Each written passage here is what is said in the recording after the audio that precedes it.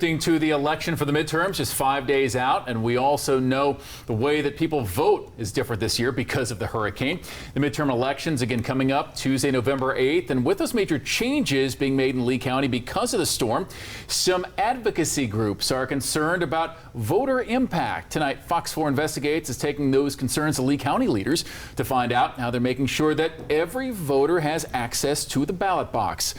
Investigative reporter Ryan Kruger joins us live here in studio with more on this. And Ryan, you say one major change is that the early voting has been expanded. Yeah, that's right. So Governor DeSantis added 2 extra days, Sunday and Monday, in Lee, Charlotte, and Sarasota counties. So that means you can vote starting right now until Election Day on Tuesday.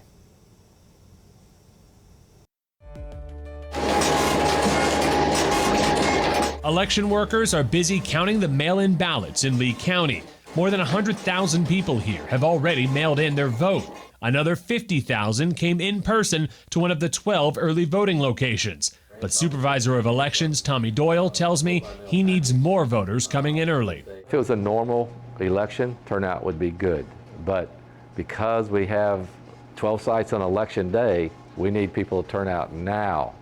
And, because we're leading up to Election Day. You don't want 100,000 people showing up on Election Day. A dozen voting locations in a county with more than 500,000 registered voters. Nearly half of the 97 voting precincts in Lee County were damaged or destroyed by Hurricane Ian. The 12 sites scattered throughout Lee County are so-called super sites, where you can show up to any one of them on Election Day. The voting advocacy group Common Cause Florida says having fewer options could lead to voters being disenfranchised.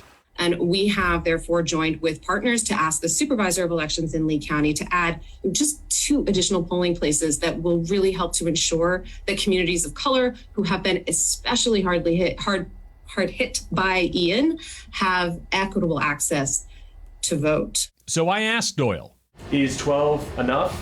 Do you wish there were more sites? I wish we had more, yeah, but the resources that we have, we've used every resource we can, especially our staffing is, we have poll workers who've been displaced. We've had their houses flooded. Finding poll workers is already difficult across the country, despite the hurricane. A survey from the Brennan Center for Justice found nearly 20% of poll workers plan to quit before this year's election. Doyle says Lee County does have enough workers for its 12 locations, but there's another problem they're facing. It takes 25 trucks to deliver our equipment.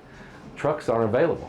Jinya Coulter, the senior elections analyst for the nonpartisan OSET Institute, who herself has worked elections after hurricanes, says despite the steps being taken, she expects turnout to be down. For those who are displaced, I do think that turnout for many of those folks does drop, not through any fault of their own, but because in some cases they may not realize that they do have options as far as early voting or vote by mail. And speaking of vote by mail, there has been a change in that. Governor DeSantis signed legislation that makes it a felony to take more than 2 ballots that are mail-in ballots from non-family members to a secure drop location. Common Cause Florida says that could impact voters with disabilities or transportation issues. Ryan Kruger, Fox 4 Investigates.